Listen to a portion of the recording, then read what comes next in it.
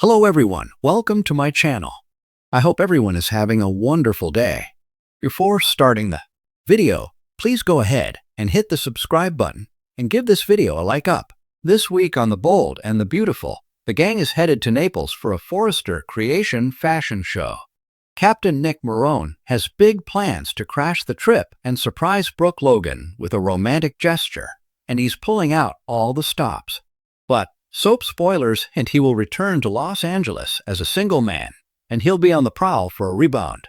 Since Nick Marone's return to Bold and Beautiful, he's been on a mission to win back his ex-wife Brooke Logan. Nick Marone plans a big proposal for Brooke in Italy, but previews say that it all goes south. We don't know what exactly happens, but Ridge Forrester ends up overboard and Brooke turns down the captain. When the dust settles, Ridge and Brooke will return to Los Angeles reunited, and Nick will be the odd man out. The Bold and Beautiful spoilers hint that Jack Wagner will be sticking around. That means he will be looking for a rebound. What better option than his brother's other ex-wife? Taylor Hayes will also need a shoulder to cry on when Bridge reunites. A lot of fans forget that Nick Marone was also married to Taylor at one point, and the two have as much history as he and Brooke do. Nick and Taylor will both be bitter and lonely.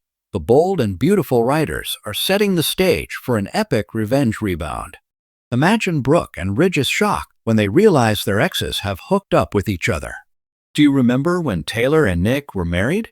Would you like to see them get back together? After years away from Los Angeles, Nick Marone storms back into town with a storm in his eyes and secrets in his heart. The former sea captain turned businessman has sailed calm and treacherous waters alike, but nothing compares to the tidal wave of emotions crashing over him when he hears Ridge Forrester has once again humiliated Taylor Hayes, Nick's one-time great love.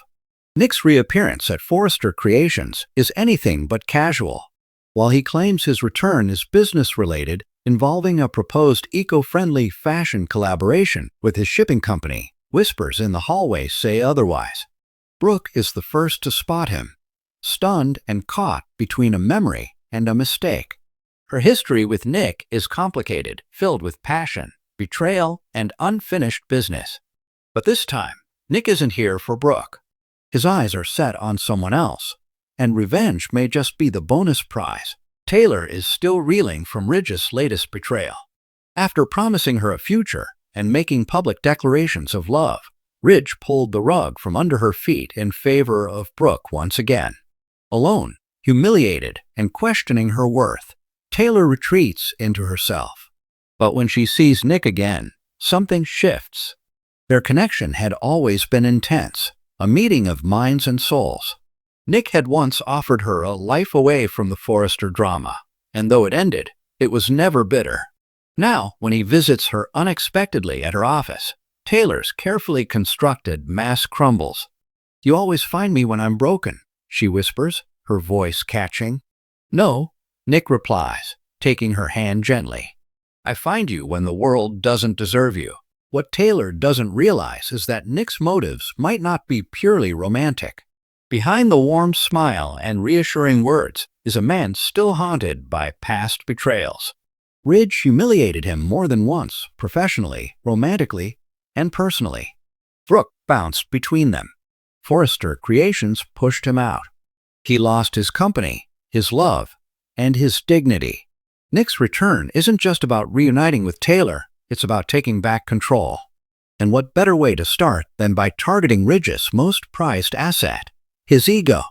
Nick makes subtle moves, positioning himself as Taylor's protector and confidant. The two are spotted dining together, walking the beach, and even collaborating on a charity fundraiser. Slowly, the town begins to buzz. Ridge hears the whispers and can't ignore the burning jealousy. "You really think Nick Marone is a good idea?" Ridge growls during a tense encounter with Taylor. "Maybe not," Taylor says coolly. "But he's better than a man who can't keep a promise for longer than a bottle of champagne lasts." As weeks pass, Nick and Taylor's chemistry reignites.